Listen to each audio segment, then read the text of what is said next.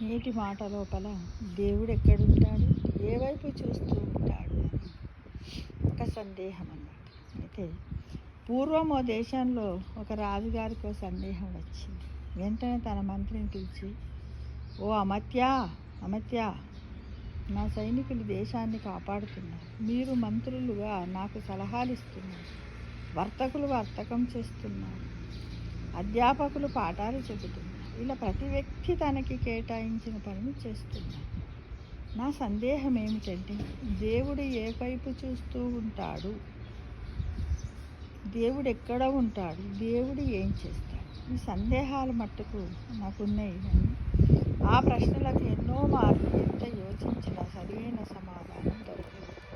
తన ఆస్థానంలో ఓ రోజు సమావేశమై పండితులను మేధావులను ఆహ్వానించాడు రాజు. తాను 3 ప్రశ్నలు వేస్తానని, వాటికి జవాబులు చెప్పడానికి ముందుకు వచ్చి సరియైన సమాధానం చెప్పిన వారికి గొప్ప బహుమతి లభిస్తుందని చెప్పాడు. సరియైన సమాధానము చెప్పకపోతే కారాగారం పాలు చేస్తానని చెప్పాడు. దాంతో భయపడి ఎవ్వరు ముందుకు రాలేదు. ఈ విషయము దేశమంతటా చాటింపంటే దండోర. ఒక చిన్న గ్రామం ఉంది. ఆ గ్రామం నుండి గొర్రెల కాపరి వచ్చి రాజు యొక్క ఆస్థానానికి చేరుకున్నాడు. రాజు సభలో ఎందరో మేధావులు పండితులు కూర్చున్నారు. పశువుల కాపరి రాజుగారి మొదటి ప్రశ్నకు సమాధానం చెప్పబోయే ముందు రాజుకో విషయం నిర్దేశం చేశాడు. చెప్పేవాడు గురువు, వినేవాడు శిష్యుడు. కాబట్టి గురువు పైన ఉండాలి, శిష్యుడు కింద ఉండాలని షరతు పెట్టాడు. దానికి రాజు అంగీకరించి సింహాసనం నుండి కిందికి దిగాడు. గొర్రెల కాపరి సింహాసనాన్ని అధిష్ఠించాడు. మహారాజా, ఇప్పుడు అడగండి 3 ప్రశ్నలు అన్నాడు గొర్రెల కాపరి. మొదటి ప్రశ్న, దేవుడు ఏ వైపు చూస్తూ ఉంటాడు, దీనికి జవాబు చెప్పండి అన్నాడు రాజు. వెంటనే ఒక దీపాన్ని తెప్పించమన్నాడు. గురువు స్థానంలో ఉన్న గొర్రెల కాపరి దీపం తెచ్చి సభ మధ్యలో పెట్టాడు. మహారాజా, ఈ దీపం ఎక్కడ చూస్తుంది? నా వైపా, నీ వైపా, తూర్పు వైపా, పశ్చిమానికా, పైనకా, కిందకా, ఎక్కడ చూస్తుందో చెప్పండి అని ప్రశ్నించాడు. అన్ని వైపులకు చూస్తుందని జవాబిచ్చాడు రాజు. ఇంత చిన్న జ్యోతి అన్ని వైపులకు చూడగలిగినప్పుడు పరంజ్యోతి స్వరూపుడైన పరమాత్మ అన్ని వైపులకు చూడలేడా? సమస్త జీవుల కళ్ళలో వెలుగుగా ఉన్న పరంజ్యోతి పరమాత్మ అని గొర్రెల కాపరి రాజుగారికి చెప్పాడు. మరి ఇక రెండో ప్రశ్న, దేవుడు ఎక్కడ ఉంటాడు అన్నాడు రాజు. సరే, ఒక చిన్న పాత్రలో పాలు తెప్పించండి అన్నాడు కాపరి. పాలు తెచ్చాడు. మహారాజా, పాలలో నెయ్యి ఎక్కడ ఉందో చెప్పగలవా అని అడిగాడు.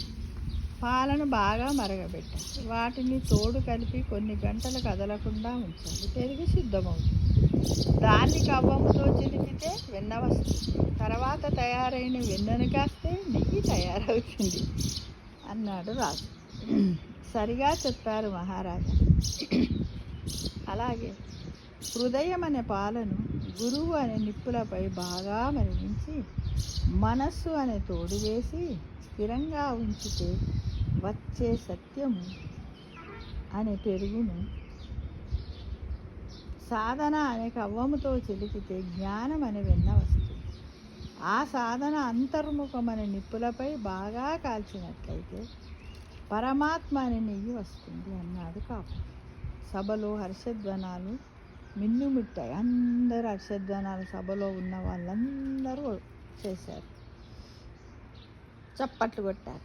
ఇక చివరి ప్రశ్న ఏంటంటే, దేవుడు ఏం చేస్తుంటాడు? నేను గొర్రెల కాపరి, మీరు మహారాజు. కింద ఉన్న నన్ను సింహాసనం పైన కూర్చోబెట్టాడు, పైన ఉన్న మిమ్మల్ని కిందికి దించేశాడు. ఇదే పరమాత్మ లీల. సత్కర్మలు చేసే జీవులను పై జన్మల్లో ఉత్తమ జన్మగా మార్చడం, దుష్కర్మలు చేసే వాళ్ళను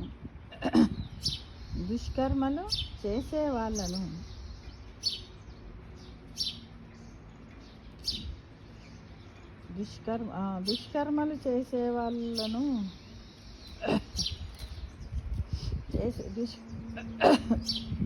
మరుజన్మలో కింది స్థాయికి పంపడమే పరమాత్మ పని అన్నాడు. సభలో గంభీర వాతావరణం నెలకొంది. రాజు గొర్రెల కాపరి ముందు పాదాక్రాంతుడయ్యాడు. గొర్రెల కాపరి రూపంలో ఉన్న పరమాత్మ తాను వచ్చిన దిక్కుగా తిరుగు ప్రయాణం అయ్యాడు. చూడండి, అంటే మనిషికి ఎంత జ్ఞానం ఉన్నప్పటికీ కూడా సమయస్ఫూర్తి లేకపోతే కష్టం. ఎంత పాండిత్యం ఉన్నా మనం చదువుకుంటాం అంతే వరకు. కానీ దీని ద్వారా ఏంటి, కథ ద్వారా మనం తెలుసుకున్నది పరమాత్మ ఎప్పుడు ఎవరి రూపంలో వస్తాడో మనకు తెలియదు. కాబట్టి అంతా నాకు తెలుసు, అన్నీ నీకు ఇస్తాను అని కూడా అహంతో ఉండకూడదు కదా. కాబట్టి దీనివల్ల మనం ఏంటంటే అన్ని సత్కర్మలు చేయాలి. చేసినట్టయితేనే మనము ఎవరికి జవాబుదారులము కాము. దుష్కర్మలు చేసినట్టయితే ఎప్పుడు ఏమి చెయ్యాలో అనేది పరమాత్మకు తెలుసు. కాబట్టి తను చేస్తూనే ఉంటాడు, చేయించుతూనే ఉంటాడు, మనల్ని కూడా శిక్షిస్తూనే ఉంటాడు. మనల్ని మార్చడానికి కూడా కొన్ని పరీక్షలు పెట్టి మార్చడానికి కూడా ప్రయత్నిస్తాడు. కానీ దాన్ని మనం గమనించం. మనం మానవులం కదా, మనుష్యులం కదా, ఇది కలియుగం కదా. అంతా నేనే గొప్ప, అంతా అని అనుకుంటాం. కాదు మిత్రమా, అంతా మిథ్యము అని గ్రహించండి. మనలో అంతర్ముఖంగానే పరమాత్మ ఉన్నాడు. మనం చేసే ప్రతి పనిలో పరమాత్మ ఉన్నాడు. అంతటా పరమాత్మ ఉన్నాడు. మనల్ని పరమాత్మ చూస్తున్నాడు. మనల్ని ఏమి చేయించాలో కూడా పరమాత్మనే చేయిస్తున్నాడని ఆత్మవిశ్వాసంతో ముందడుగు వేస్తూ సత్కర్మలు చేయాలన్న విషయాన్ని కథ ద్వారా మనం క్షుణ్ణంగా తెలుసుకున్నాము మిత్రమా. దాన్నే అవలంబిద్దాము. స్వామివారి దయకు కృపకు పాత్రలమవుదాం మిత్రమా.